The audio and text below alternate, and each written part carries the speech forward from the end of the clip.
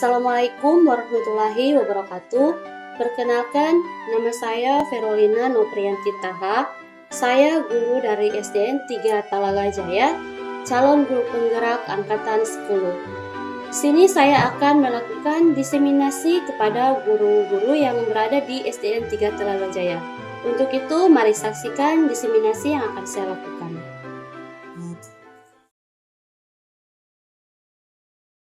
Assalamualaikum warahmatullahi wabarakatuh.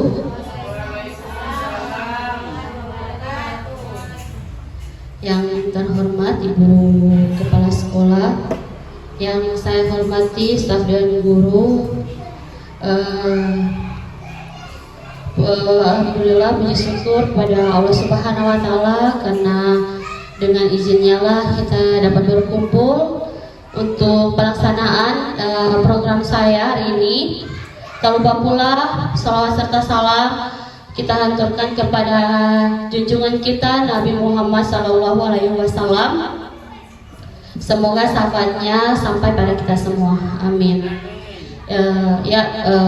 Bapak Ibu, terima kasih atas kesempatan yang sudah Ibu-ibu berikan kepada saya, dan terima kasih waktu yang sudah diluangkan untuk program diseminasi budaya positif yang saya paparkan kepada ibu-ibu. Di sini ini adalah satu program tugas dari guru penggerak yang saya akan sampaikan kepada ibu-ibu. Kita mulai dengan budaya positif, di mana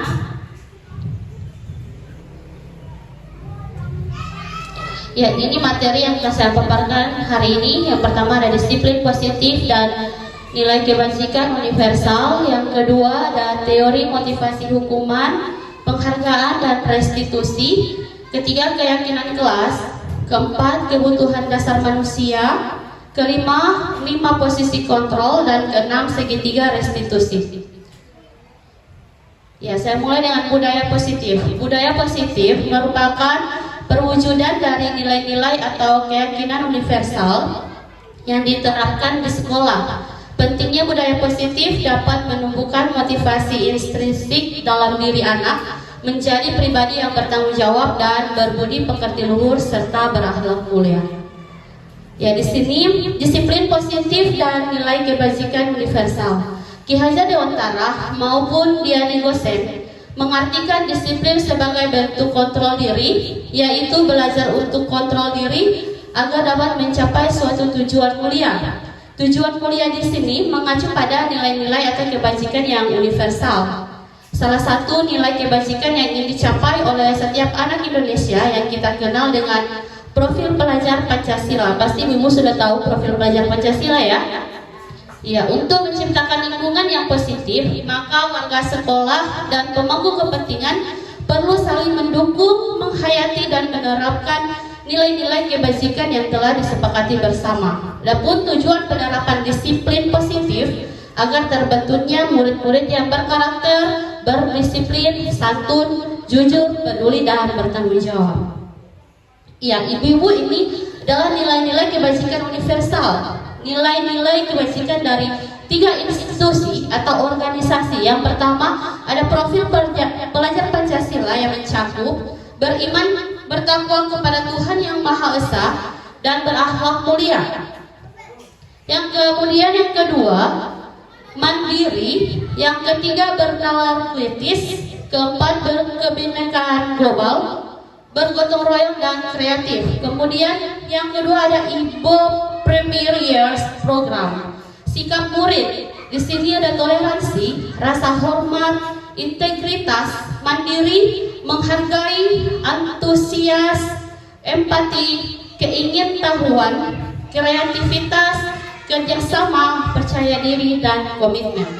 Dan di sini yang ketiga 9 pilar karakter atau Indonesia Heritage Foundation. Yang pertama cinta Tuhan dan segenap ciptaannya. Yang kedua kemandirian dan tanggung jawab. Ketiga kejujuran atau amanah, diplomatis, hormat dan santun, dermawan, suka menolong dan gotong royong, percaya diri, kreatif dan pekerja keras. kepemimpinan dan keadilan, baik dan rendah hati, toleransi, kedamaian, kesatuan. Selanjutnya teori motivasi, hukuman, penghargaan, dan restitusi. Diane Gosen dalam bukunya Restructuring School Discipline menyatakan ada 3 motivasi perilaku manusia. Yang pertama, untuk menghindari ketidaknyamanan atau hukuman, atau apa yang akan terjadi apabila saya tidak melakukannya. Yang kedua, untuk mendapatkan imbalan dari orang lain atau institusi. Apa yang akan saya dapatkan apabila saya melakukannya? Kemudian yang ketiga, untuk menghargai diri sendiri, saya akan menjadi orang yang seperti apabila saya melakukannya. Yang selanjutnya, ini adalah hukuman, penghargaan, restitusi. Ini adalah perbedaannya, ibu-ibu. Identitas gagal, hukuman. Hukuman berupa sesuatu yang menyakitkan harus terjadi.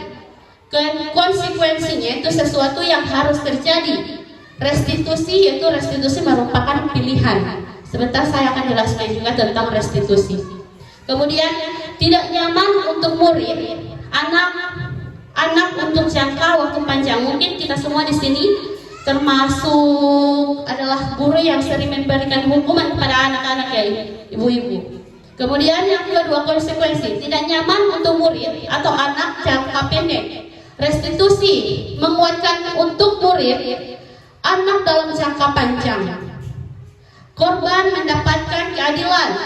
Konsekuensinya korban bisa diabaikan. Restitusi, korban mendapatkan ganti. Kemudian hukuman murid, anak akan tersakiti. Konsekuensi murid atau anak dibuat tidak nyaman. Restitusinya itu murid akan mendapatkan penguatan. Kemudian hukuman selanjutnya, perilaku pasif agresif meningkat. Konsekuensi penguatan hanya bertahan dalam jangka waktu pendek. Yang restitusi, masalah terpecahkan. Kemudian hukuman selanjutnya, sistem tidak akan berjalan bila murid tidak takut. Ya, sering kita memberi hukuman itu agar murid takut ya, ibu-ibu. Ya, sekarang konsekuensinya itu memerlukan monitoring dan supervisi terus-menerus dari guru. Kalau restitusi, murid belajar bertanggung jawab untuk perilakunya. Kemudian hukuman yang selanjutnya berlaku hanya pada sebuah institusi, tidak berlanjut pada kehidupan yang nyata. Hanya di sekolah mereka kelakuannya itu sangat berbeda dengan yang di rumah, karena di sekolah akan mendapat hukuman. Beda dengan di rumah, jadi mereka tidak punya jati diri. Hanya di sekolah terlihat baik, di rumah berubah lagi, ya, karena takut dengan hukuman. Kemudian konsekuensi membantu penerapan mengikuti peraturan dalam masyarakat. Restitusi fokus pada pemecahan masalah dalam jangka waktu panjang. Yang selanjutnya hukuman, peraturannya adalah kamu harus, ya, kita sering memberi hukuman kepada anak-anak pasti mengatakan kamu harus ini, kamu harus itu, ya ibu-ibu ya. Ya. Kemudian konsekuensi, apa peraturannya? Mampukah kamu melakukannya? Terima kasih. Restitusi, apa yang kamu yakini, apa yang bisa kamu lakukan untuk memperbaiki masalah ini. Itu jika kita menggunakan restitusi. Kemudian terakhir, hukuman, murid atau anak membenci peraturan, mengakibatkan murid itu sendiri akan benci kepada kita. Benar ibu-ibu? Iya. Akan timbul rasa benci kepada anak-anak, terhadap guru-gurunya, sering melakukan hukuman kepada mereka. Kemudian konsekuensinya, anak menghormati peraturan. Restitusi, murid atau anak menghormati dirinya dan orang lain. Ya, selanjutnya hukuman, penghargaan dan restitusi. Berdasarkan tabel yang sudah saya perlihatkan tadi, maka kita bisa menyimpulkan bahwa hukuman bersifat tidak terencana atau tiba-tiba. Anak atau murid tidak tahu apa yang akan terjadi dan tidak dilibatkan. Hukuman bersifat satu arah dari pihak guru yang memberikan dan murid hanya menerima suatu hukuman tanpa melalui suatu kesepakatan atau pengarahan dari pihak guru, baik sebelum atau sesudahnya. Hukuman yang diberikan bisa berupa fisik maupun psikis. Murid atau anak disakiti oleh suatu perbuatan atau kata-kata. Selanjutnya, hukuman berdasarkan hukuman penghargaan dan restitusi. Berdasarkan tabel tadi, disiplin dapat dalam bentuk konsekuensi, sudah terencana atau sudah disepakati, sudah dibahas dan disetujui oleh murid dan guru itu sendiri. Umumnya bentuk-bentuk konsekuensi itu dibuat oleh pihak guru atau sekolah dan murid sudah mengetahui sebelumnya konsekuensi yang akan diterima bila ada pelanggaran dari siswa tersebut. Pada konsekuensi, murid tetap dibuat tidak nyaman untuk jangka waktu yang pendek. Konsekuensi biasanya diberikan berdasarkan suatu data yang umumnya dapat diukur. Misalnya, setelah 3 kali tugasnya tidak diselesaikan, pasti sering terjadi di kelasnya ibu-ibu ya. Setelah 3 kali tugasnya tidak diselesaikan pada batas waktu yang diberikan, atau murid melakukan kegiatan di luar kegiatan pembelajaran, misalnya mengobrol, maka murid tersebut akan kehilangan waktu bermain dan harus menyelesaikan tugas karena ketertinggalannya. Peraturan dan konsekuensi yang mengikuti ini sudah diketahui sebelumnya oleh murid. Sikap guru di sini senantiasa memonitor murid. Ya, kemudian restitusi adalah proses menciptakan kondisi bagi murid untuk memperbaiki kesalahan mereka, sehingga mereka bisa kembali pada kelompok mereka dengan karakter yang lebih kuat. Atau menurut Gosen 2004. Restitusi juga merupakan proses kolaboratif yang mengajarkan murid untuk mencari solusi untuk masalah mereka dan membantu murid berpikir tentang orang seperti apa yang mereka inginkan dan bagaimana mereka harus memperlakukan orang lain. Ini menurut Chelsom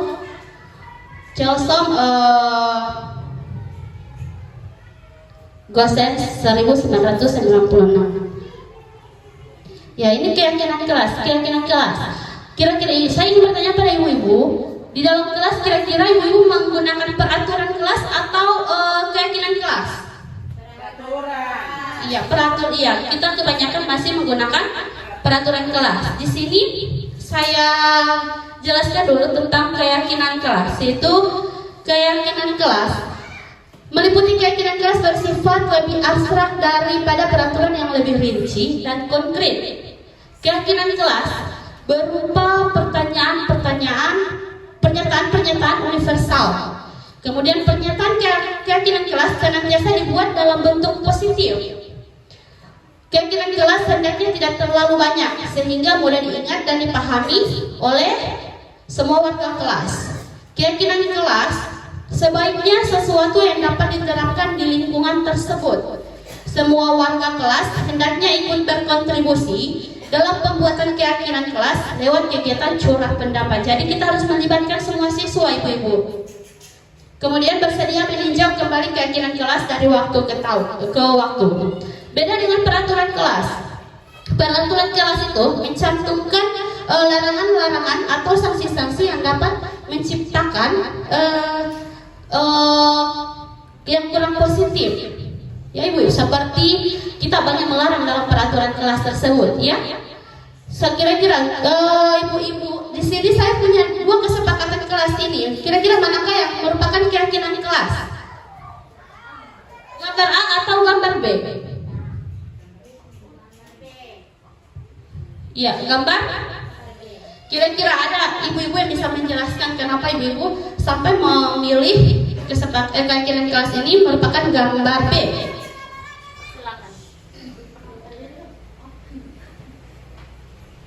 Perkenalkan, nama saya Yusdawati Ulfa Baguel. Saya memilih gambar B karena pada gambar A, seperti yang sudah saya simak tadi penjelasan, gambar A ini di sini siswa kita paksakan untuk mengikuti apa yang sudah kita tulis. Contohnya datang tepat waktu. Pada saat itu berarti kita memaksa siswa untuk datang tepat waktu. Tidak dari diri siswa sendiri yang mau datang tepat waktu. Kemudian kalau di gambar B, di situ kami guru dan murid yang saling menyayangi. Di situ dia saling menyayangi.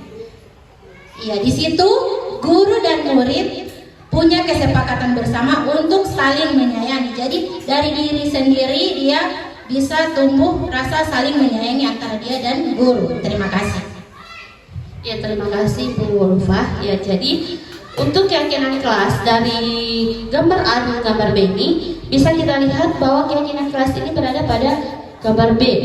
Kenapa demikian? Karena di sini ada saling kesepakatan dari antara siswa dan murid. Sedangkan di gambar A, di sini kesepakatan kelas datang tepat waktu, sifatnya memaksa, ya, sifatnya memaksa, menjaga kebersihan sekolah dan seterusnya. Di sini kesepakatan yang ada di gambar B ini merupakan suatu keyakinan kelas, di mana yang pertama ada kami dan guru, murid yang saling menyayangi. Kemudian kami murid yang semangat belajar. Kemudian ketiga, kami murid peduli dengan teman-teman. Inilah gambaran suatu keyakinan kelas yang nantinya akan ibu-ibu implementasikan di dalam kelas. Jadi kalau dilihat, kalau boleh kita hilangkan saja peraturan-peraturan yang ada di dalam kelas, kita ganti dengan keyakinan. Kemudian membuat keyakinan tersebut, tolong libatkan anak-anak agar mereka bisa merasa dihargai di dalam kelas.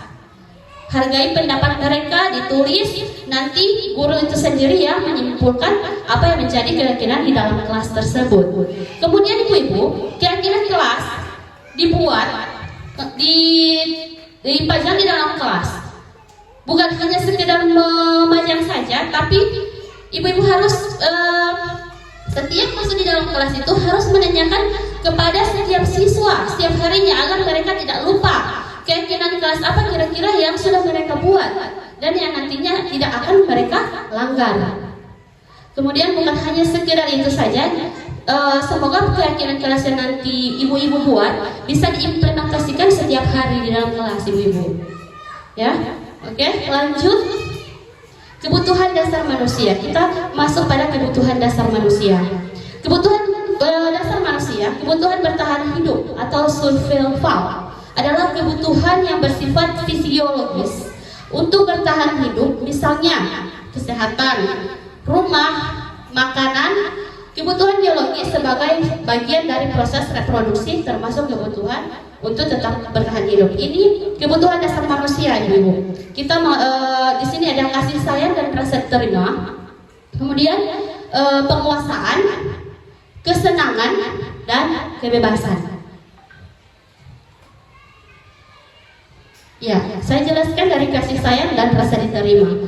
Kebutuhan ini dan tiga kebutuhan berikutnya ada kebutuhan psikologis. Kebutuhan untuk disayangi dan diterima meliputi kebutuhan akan hubungan dan koneksi sosial. Kebutuhan untuk memberi dan menerima kasih sayang dan kebutuhan untuk merasa menjadi bagian dari suatu kelompok. Kebutuhan ini juga meliputi keinginan untuk tetap terhubung dengan orang lain seperti teman, keluarga, pasangan hidup, teman kerja, binatang peliharaan dan kelompok di mana kita bergabung, termasuk institusi kita bekerja. Kemudian penguasaan atau kebutuhan pengakuan atas kemampuan.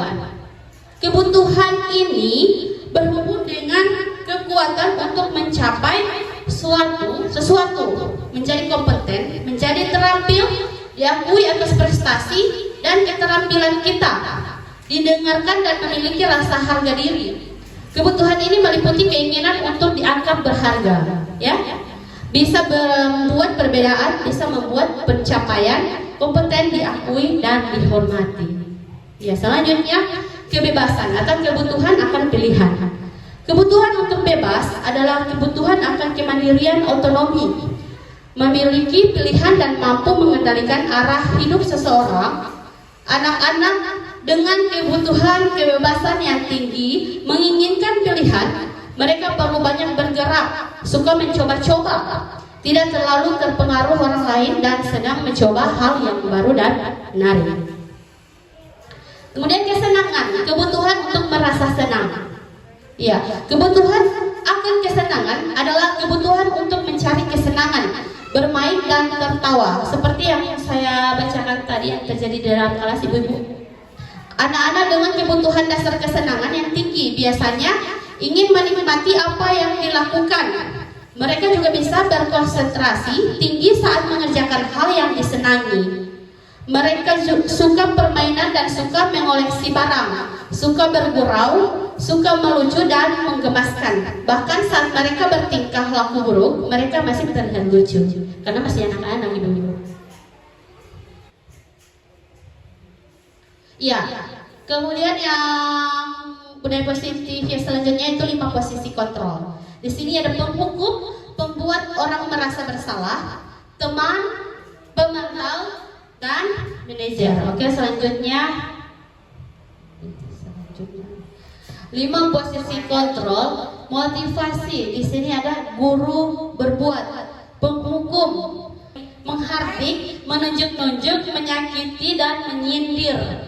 Itu yang kita katakan kepada murid. Yang kita perbuatan kita yang kita tunjukkan kepada murid sebagai penghukum. Kemudian membuat rasa bersalah, berceramah dan mengatakan seharusnya ibu kecewa. Kemudian teman, membuatkan alasan-alasan untuk muridnya. Pemantau, menghitung dan mengukur. Kemudian menghargai diri sendiri sebagai manajer, mengajukan pertanyaan-pertanyaan. Ya ibu-ibu, kita harus memposisikan posisi kita ini sebagai manajer, ya. Kemudian yang kedua, guru berkata, kalau kamu tidak melakukannya, awas ya, rasakan. Itu sebagai penghukum. Kemudian pembuat rasa bersalah. Kamu seharusnya, kamu sudah tahu, ibu lelah sekali mengatakannya, ibu stres. Kemudian mengharapkan imbalan atau ketergantungan pada orang lain. Ayolah lakukan demi ibu, ya. Itu merupakan mengharapkan imbalan dari orang lain. Kemudian apa peraturannya? Dan menghargai diri sendiri. Apa yang kita yakini? Apa yang bisa kau kerjakan untuk memperbaiki masalah ini? Kemudian yang hasilnya itu memberontak atau menyalahkan orang lain, berbohong. Pembuat rasa bersalah, menyembunyikan, menyangkal atau berbohong. Mengharapkan imbalan, teman, ketergantungan. Kemudian pemantau, menyesuaikan diri bila diawasi. Identitas berhasil atau menghargai diri sendiri, menguatkan diri sendiri. Kemudian motivasi yang selanjutnya kaitan dengan dunia berkualitas, menghindar hukuman. Hukuman itu murid melakukan guru di luar dunia berkualitas. Kemudian pembuat rasa bersalah, murid melelahkan guru di dalam dunia berkualitas. Dan kemudian mengharapkan imbalan, teman, murid meletakkan guru sebagai orang yang sangat penting di dunia berkualitas. Pemantau, murid meletakkan guru, peraturan dan hukum di dunia berkualitas. Sebagai manajer, murid meletakkan dirinya sebagai individu yang positif dalam dunia berkualitas. Ya, di sini yang di bawah murid berkata, biar saja, nanti juga marah-marah lagi, karena sudah terbiasa dengan guru yang sering menghukum, ya. Jadi murid-murid sudah terbiasa, sudah tidak takut, karena sudah timbul di dalam diri mereka itu rasa kebencian atau rasa malas terhadap guru tersebut. Kemudian pembuat rasa bersalah, maafkan saya, teman, saya pikir bapak ibu teman saya, ternyata begitu. Pemantau, berapa banyak bintang yang saya harus peroleh, berapa halaman yang harus saya tulis. Kemudian manajer, bagaimana caranya saya bisa memperbaiki keadaan. Terakhir, dampak pada murid. Penghukum, mengulangi kesalahan. Karena seringnya kita menghukum anak sehingga anak sudah tidak takut dan mengulangi kesalahan tersebut karena sudah tidak ada rasa takutnya lagi.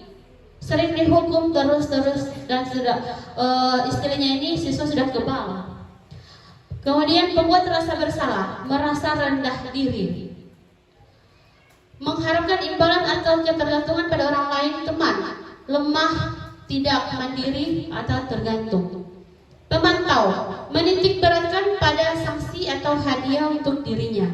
Nah, terakhir menghargai diri sendiri, mengevaluasi diri, bagaimana cara memperbaiki diri. Itulah 5 posisi kontrol ibu-ibu. Yaitu 5 posisi kontrol ibu-ibu. Kemudian selanjutnya di sini ada segitiga restitusi. Segitiga restitusi ini, yang pertama ada menstabilkan identitas. Yang kedua, validasi tindakan yang salah. Dan yang ketiga, menanyakan keyakinan. Di sini punya langkah-langkah tersendiri. Ini kita gunakan di saat kita menangani kasus anak-anak. Kita bisa menggunakan ini. Kita tinggalkan kita sebagai penghukum dengan menggunakan segitiga restitusi yang akan saya jelaskan ini. Insya Allah ibu-ibu bisa mengimplementasikan nanti jika anak-anak berbuat salah di dalam kelas atau di dalam sekolah ini, ya ibu-ibu. Ya. Yang pertama, menstabilkan identitas. Kita meliputi setiap orang pasti pernah melakukan kesalahan. Itu yang kita tanyakan kepada anak-anak. Jika ada anak-anak yang berbuat salah, kita undang beliau, kita undang anak-anak tersebut, tanpa kita harus menanyakan langsung, apa yang kamu buat ini, apa yang seperti itu. Kita dipersilakan dulu duduk atau anak-anak tersebut, kemudian ditanya dulu, kira-kira kamu tahu tidak kenapa ibu undang kamu ke sini? Kemudian setiap orang pasti pernah melakukan kesalahan. Ibu-ibu mengantarkan anak tersebut dengan mengatakan, iya, mungkin setiap orang punya kesalahan.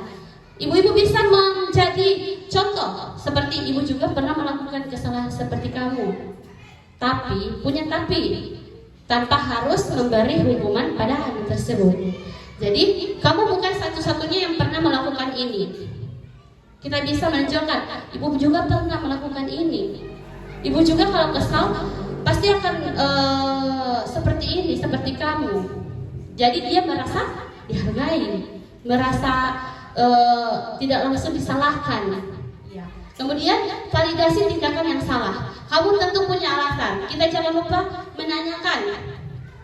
Pasti kamu punya alasan kenapa sampai kamu berbuat seperti ini. Iya. Pastikan, tanyakan kepada anak tersebut. Pastikan dia punya alasan.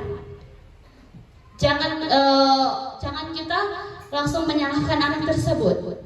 Tanya apa alasannya sampai kenapa pasti kamu punya alasan kenapa kamu berbuat seperti ini.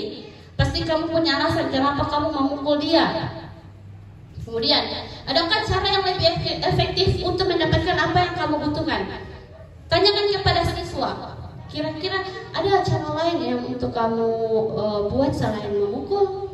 Ada cara lain yang kamu berbuat selain ini, selain agar kamu tidak menyakiti orang lain. Kemudian menanyakan keyakinan kelas. Kita kembali ke keyakinan kelas kita. Tanyakan kepada murid tersebut. Iya. Kira-kira kamu masih ingat tidak dengan keyakinan kelas yang sudah kita buat?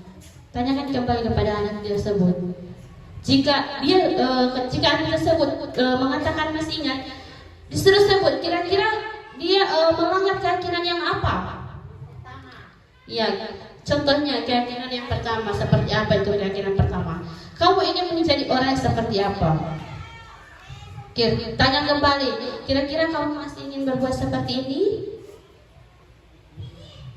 Ya, seperti ini segitiga restitusi yang akan kita berikan kepada anak-anak untuk menangani suatu kasus yang terjadi di dalam sekolah atau di dalam kelas kita sendiri. Oke, selanjutnya Ya, di sini saya punya, ya ibu-ibu, jadi di sini saya punya contoh kasus di mana ini kasus yang terjadi pada kelas saya. Kasus ini seorang siswa makan di dalam kelas saat pembelajaran. Ini di saat saya memeriksa siswa dengan menggunakan segitiga restitusi. Mohon maaf, suaranya agak kurang besar. Yang pertama, saya di sini mengundang, saya tidak langsung, saya berhenti dulu, minta tolong sebentar. Iya, saya menemukan siswa tersebut makan di dalam kelas, tapi saya tidak langsung menghukum siswa tersebut. Saya menyuruh menyimpan makanan tersebut, melanjutkan pembelajaran. Kemudian setelah istirahat saya undang siswa tersebut. Ya, ini agar tidak mengganggu pelajaran. Ya, di sini saya ada video kasus. Di sini tolong perhatikan ibu-ibu. Aska, apa yang kamu lakukan di situ, Aska? Aska tahu ini proses pembelajaran masih berlangsung. Ya, sebentar setelah istirahat, Aska ke meja ibu ya. Iya.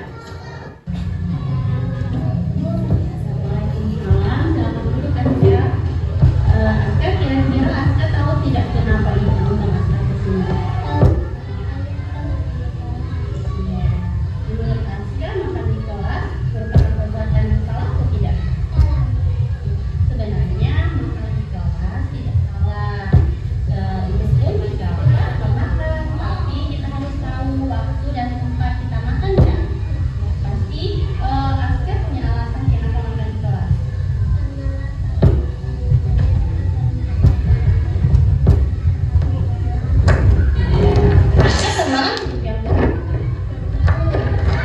Selain makan di kelas, kira-kira ada cara lain tidak untuk Aska tidak makan di kelas lagi? Ibu ingin bertanya, Aska masih ingat tidak dengan keyakinan kelas kita? Ya, kira-kira keyakinan kelas apa yang sudah dilanggar oleh Aska?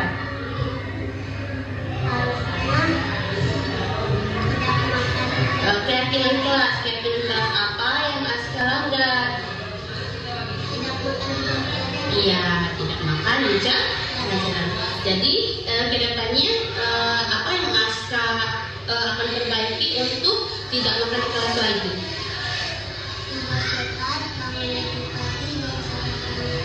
Iya. Jadi kapan Aska akan memperbaiki kesalahan Aska? Iya, bagus, besok akan memperbaiki kesalahan ya. Iya. Jadi ibu harap setelah ini Aska akan menjadi orang yang lebih taat aturan dan disiplin ya. Ya, terima kasih Aska. Ya, itu kasus yang pertama yang terjadi makan di dalam kelas. Saya menggunakan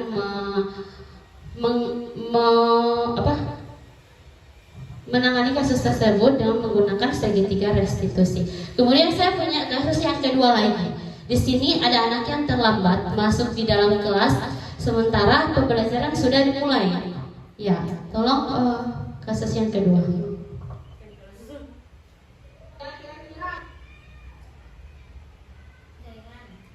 Mohon maaf ibu-ibu jaringan.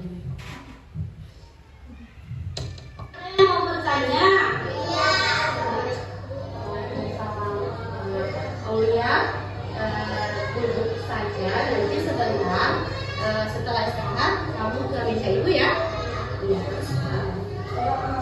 Selamat pagi Aulia. Ya Aulia, kira-kira Aulia tahu tidak kenapa Aulia diundang ke sini? Ya, kenapa?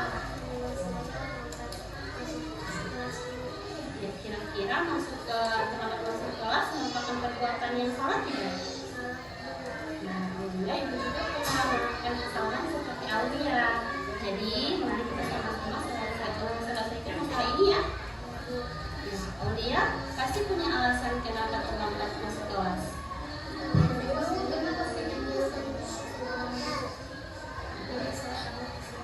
Ya, apa ibu kamu tidak marah? Ya, Aulia memang menonton TV itu asik.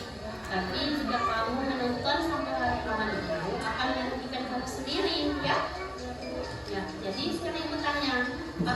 Aulia masih ingat tidak dengan keyakinan kelas kita? Ya, coba keyakinan kelas apa yang sudah dilanggar oleh Aulia?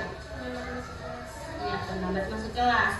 Jadi apa yang Aulia lakukan agar tidak melakukan kesalahan lagi? Ya, apa yang Aulia lakukan agar tidak terlambat lagi? Ya, cepat datang ke sekolah ya. Ya, Aulia, ibu harap Aulia tidak akan mengulanginya lagi ya. Ya, semoga setelah ini Aulia jadi orang yang disiplin dan taat aturan, oke? Ya, terima kasih Aulia. Ya, itu kasus yang kedua yang saya tangani di dalam kelas ibu-ibu. Baik ibu-ibu, itu video ini yang saya tayangkan adalah akhir dari pemaparan saya hari ini. Mungkin ada ibu-ibu yang ingin bertanya atau memberikan refleksi tentang apa yang sudah saya sampaikan tadi. Mungkin Ibu Risna bisa memberikan refleksi.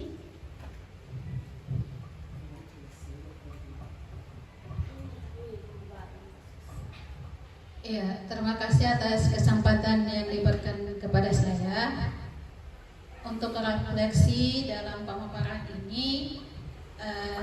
Saya sangat berterima kasih kepada Ibu Vero karena dengan pemaparan materinya saya dapat mengetahui bagaimana cara anak untuk menghukum, karena saya adalah tipe guru yang sering menghukum anak-anak. Dengan melihat tayangan ini dan cara Ibu Vero telah memberikan contoh hukuman kepada anak-anak, maka saya dapat mengetahui cara menghukum anak-anak itu seperti apa. Hanya itu yang bisa saya berikan untuk refleksi. Terima kasih Bu Vero. Ya, terima kasih untuk Ibu Resna. Kira-kira ada lagi yang mau ingin bertanya atau memberikan lagi refleksi saja? Bu Ulfa? Oke, terima kasih. Oke, dari pemaparan yang sudah saya simak dari pertama sampai terakhir, yang paling berkesan pada saya adalah penjelasan tentang apa itu hukuman dan yang segitiga restitusi, seperti apa yang harus kita lakukan di dalam kelas. Jangan hanya memberikan hukuman kepada anak yang akan menjadi berbekas pada hati anak itu dan emosinya jadi tidak baik. Terima kasih. Ya, terima kasih ibu-ibu yang sudah merespon apa yang sudah saya sampaikan pada hari ini. Semoga apa yang saya sampaikan pada hari ini bisa kita semua implementasikan di dalam kelas, terutama untuk wali-wali kelas. Kita di sini sudah mengetahui bagaimana cara kita memberikan hukuman kepada anak dengan tidak menghukum secara langsung, ya, dengan kita masih menggunakan segitiga restitusi tersebut. Karena jika kita menggunakan cara lama kita langsung menghukum anak-anak tersebut, akan timbul rasa benci anak-anak terhadap kita. Sedangkan kita harus menciptakan bagaimana anak tersebut cinta kepada kita, bagaimana anak merasa kehilangan kita di saat sudah dia tidak di dalam kelas lagi atau sudah naik kelas. Seperti itu ibu-ibu ya. Ya, untuk terakhir ucapan terima kasih sekali lagi kepada ibu-ibu yang sudah berkontribusi, yang sudah meluangkan waktunya atas tugas saya ini dalam tugas pendidikan guru penggerak. Semoga kedepannya ibu-ibu yang masih muda-muda bisa ikut di tahap selanjutnya atau di angkatan selanjutnya dan bisa juga berbagi praktik baik seperti ini. Terima kasih. Assalamualaikum warahmatullahi wabarakatuh. Waalaikumsalam warahmatullahi wabarakatuh.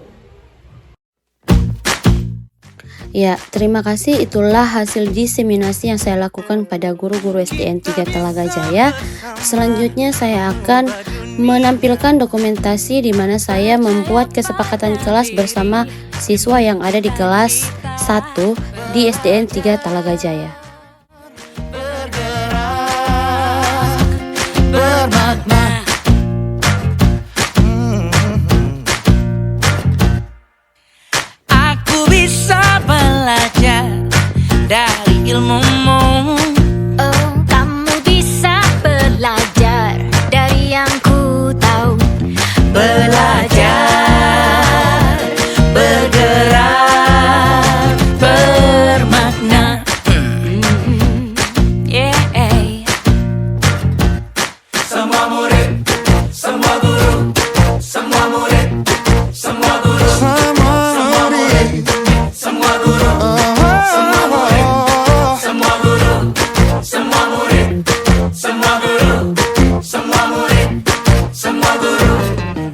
Meski berbagai budaya, berbagai usia,